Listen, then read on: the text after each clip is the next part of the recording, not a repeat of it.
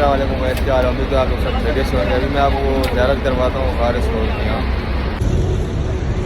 वो अलैहि वसल्लम ने अपनी ज़िंदगी के 3 दिन और 3 रातें इस गार के अंदर क़याम किया। यहाँ लोग माल के साथ, असबाब के साथ, शक्लों और नक्शों के साथ नहीं आ सकते। बहुत से लोग ऐसे थे जो हमारे से माल से ज़्यादा और शक्ल सूरत में अच्छे थे। बिल्कुल जो बड़ा पत्थर है ये गार के बिल्कुल ऊपर है। नबी अकरम सल्लल्लाहु अलैहि वसल्लम ने अपने ज़िंदगी के 3 दिन और 3 रातें इस गार के अंदर क़याम किया। हज़रत अबू बकर सदीक़ रज़ी अल्लाह ताला अन्हु अजमाइन, आप सल्लल्लाहु अलैहि वसल्लम जब घर से निकलते हैं, हज़रत अबू बकर सदीक़ रज़ी अल्लाह ताला अन्हु को साथ लेते हैं, तो आप सल्लल्लाहु अलैहि वसल्लम के हज़रत अबू बकर सदीक़ रज़ी अल्लाह ताला अन्हु कभी आगे चलते हैं, कभी पीछे चलते हैं, कभी दाएं और कभी बाएं चलते हैं। आप सल्लल्लाहु अलैहि वसल्लम पूछते हैं, ए अबू बकर खैरियत तो है? तुम्हें किस बात की टेंशन है? कभी आप आगे चलते हो, कभी पीछे, कभी दाएं और कभी बाएं चलते हो। हज़रत अबू बकर सदीक़ रज़ी अल्लाह ताला अन्हु आप सल्लल्लाहु अलैहि वसल्लम से अर्ज़ करते हैं, ए अल्लाह के नबी, मुझे इस बात का डर है, इस बात का खौफ है कि काफिर लोग आपको आगे से तकलीफ ना पहुंचा दे, पीछे से तकलीफ ना पहुंचा दे, दाएं और बाएं से तकलीफ ना पहुंचा दे। आज अबू बकर सदीक़ रज़ी अल्लाह ताला अन्हु आप वसल्लम को गार की तरफ, मक्का से मदीना की तरफ हिजरत करने के लिए जाते हैं, तो इस पहाड़ की जो बुलंदी है 5413 फुट बुलंदी पर हज़रत अबू बकर, इसकी जो बुलंदी है 5413 फुट बुलंदी पर 1400 साल पहले कोई लाइटें नहीं थी, कोई स्पीकर नहीं थे। हज़रत अबू बकर सदीक़ रज़ी अल्लाह ताला अन्हु आप सल्लल्लाहु अलैहि वसल्लम को अपने कंधों पर बैठाते हैं और पहाड़ की इस बुलंदी पर ले जाते हैं। कोई लोग जो लोग हिम्मत वाले हैं, जज्बे वाले हैं, इस पहाड़ के ऊपर जाना चाहते हैं, तो तकरीबन इसके पहाड़ के ऊपर जाने के लिए तकरीबन 2.5 से 3 घंटे, 3.5 घंटे इसकी बुलंदी के ऊपर जाने को लगते हैं। और यही रास्ता, यही वक्त, इतना ही टाइम नीचे आने को लगता है। जो हाजी साहब जाना चाहते हैं वो अपने साथ खाना और पानी का साथ सामान ज़रूर लेके जाएं। वो जो हाजी साहब होते हैं जो शौक तो रखते हैं, जज्बा तो रखते हैं इस पहाड़ के ऊपर जाने का, लेकिन आदमी जब इसके आद में जाते हैं तो वापस थक कर वापस आ जाते हैं। लेकिन 1400 साल पहले हज़रत अबू बकर सदीक़ रज़ी अल्लाह ताला अन्हु आप सल्लल्लाहु अलैहि वसल्लम को अपने कंधों पर बैठाते हैं, उस गार की बुलंदी पर ले जाते हैं। आप सल्लल्लाहु अलैहि वसल्लम हज़रत अबू बकर सदीक़ रज़ी अल्लाह ताला अन्हु से इरशाद फरमाते हैं, ए अबू बकर तुम थक जाओगे, तुम कमज़ोर हो, तुम थक जाओगे। हज़रत अबू बकर सदीक़ रज़ी अल्लाह ताला अन्हु इरशाद फरमाते हैं, जिस कंधों के ऊपर आप सल्लल्लाहु अलैहि वसल्लम बैठे, आप सल्लल्लाहु अलैहि वसल्लम इन कंधों के ऊपर सवार हो, अबू बकर ना कभी थकेगा ना कभी रुकेगा। आप सल्लल्लाहु अलैहि वसल्लम को इस बुलंदी के ऊपर लेके गए। हम यहाँ ये सारा जो पहाड़ है जबले सौर, गारे सौर, इंशाल्लाह यहाँ दुआ करेंगे अपने लिए, अपने घर वालों के लिए, पूरी उम्मत के इंसानों के लिए कि अल्लाह जल्ल शानू हमें इन जगहों पर लेकर आया जिन जगह पर सहाबा गए, आप सल्लल्लाहु अलैहि वसल्लम गए। आपने मक्का की हदूद के अंदर चारों तरफ देखा होगा पहाड़ ही पहाड़ है, बल्कि पूरे सऊदिया में देखा होगा पहाड़ ही पहाड़ है।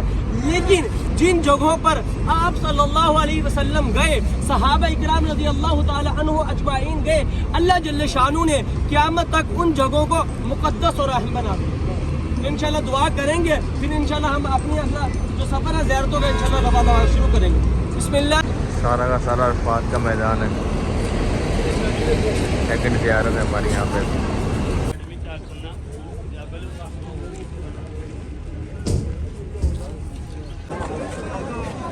हम आ चुके हैं, अभी जाएंगे ऊपर तो दुआ मांगेंगे ऊपर। ये पूरा ऊपर अरफात और ये अरफात का मैदान हम जा रहे हैं ऊपर। ये अरफात आप देख रहे हैं, यहाँ पे हज़रत आदम अलैहिस्सलाम की मग़फ़िरत की दुआ कबूल हुई थी और अल्लाह के नबी सल्लल्लाहु अलैहि वसल्लम ने भी यहाँ पे खड़े होकर अपनी उम्मत के लिए दुआ मांगी थी। इसको जबल रहमत का पहाड़ कहा जाता है आपके सामने।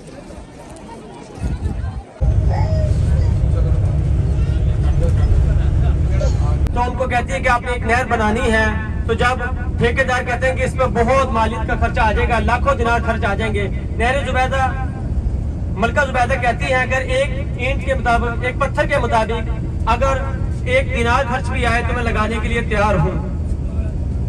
तो नहर जुबैदा, इस पर तकरीबन 11 लाख दिनार लगे उस वक़्त के। नहर जुबैदा کہ 1200 سال پہلے بننے والی نہر زبیدہ 100 سال تک اس میں پانی جاری رہا، پھر کافروں نے بند کر دیا۔ نبی اکرم صلی اللہ علیہ وسلم نے ایک رات کھلے آسمان تلے یہاں گزاری تھی، اور صحابہ کرام رضی اللہ تعالیٰ عنہ اجمعین جو حاجی صاحبان عرفات سے وادی مزدلفہ کی طرف آتے ہیں وہ ایک رات یہاں کھلے آسمان تلے گزارتے ہیں۔ تمام حاجی صاحبان اپنے سیدھی ہاتھ کی طرف دیکھیں گے، آسمان تلے گزاری، امیر ہو غریب ہو بادشاہ ہو فقیر ہو کھلے آسمان تلے ایک رات گزارتے ہیں۔ سب نے اللہ جل شانہ نے سب کو زمین کے اوپر سلا دیا۔ یہ مسجد ہے، مسجد مشعر الحرام با مزدلفہ، اس کی کوئی چھت نہیں ہے، اسی وغیرہ لگے ہوئے ہیں۔ نبی اکرم صلی اللہ علیہ وسلم اور صحابہ کرام رضی اللہ تعالی عنہ اجمعین نے ایک رات کھلے آسمان تلے یہاں گزاری تھی۔ اس مسجد کا ذکر قرآن پاک کے تیسرے پارے میں موجود ہے۔ یہ سارا جو آپ کو میدان نظر آ رہا ہے یہ وادی مزدلفہ، میدان عرفات سے آتے ہوئے وادی مزدلفہ میں دو نمازیں ادھر دو نمازیں ادھر، ظہر اور عصر، ادھر مغرب اور عشاء، رات کے 2 بجے 3 بجے، لیکن 2 نمازیں ادھر مغرب اور عشاء ادا کرتے ہیں وادی مزدلفہ میں۔ ذبیح اسماعیل ہماری زیارت قریب آنے والی ہے، جہاں پر حضرت ابراہیم علیہ الصلوۃ والسلام اپنے بیٹے کو اسماعیل علیہ الصلوۃ والسلام کو اللہ کے راستے میں قربان، اللہ کی رضا کے لیے قربان کرنے کے لیے آئے تھے۔ یہ آپ کو جو ہم نے دائیں ہاتھ سیدھے ہاتھ کی طرف نظر آ رہے ہیں خیمے، یہ وادی مینا کے ہیں۔ دنیا کی سب سے بڑی خیمہ بس پر حضرت ابراہیم علیہ الصلوۃ والسلام اپنے بیٹے کو اللہ کے راستے میں قربان کرنے کے لیے آئے تھے۔ تمام حاجی صاحبہ الٹے ہاتھ کی طرف دیکھیں گے، یہ آپ کو گنبد سا نظر آ رہا ہے، یہ ہے مقام ذبیح اسماعیل حضرت ابراہیم مسجد خیف۔ یہاں پر نبی اکرم صلی اللہ علیہ وسلم نے اور 70 صحابہ نے 70 انبیاء نے یہاں نماز ادا کی۔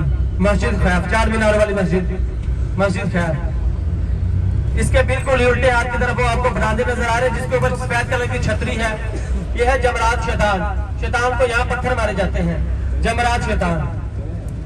تمام آج صاحبان کو سامنے الٹے ہاتھ کی طرف برآمدے نظر آ رہے ہیں، اس کے اوپر چھتری دی ہوئی ہے، یہ ہے جمرات شیطان۔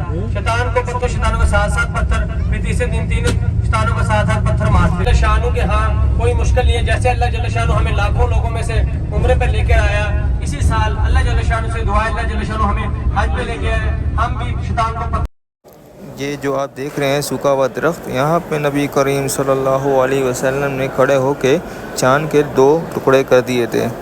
یہ وہ مقام ہے ماشاءاللہ سے، سبحان اللہ۔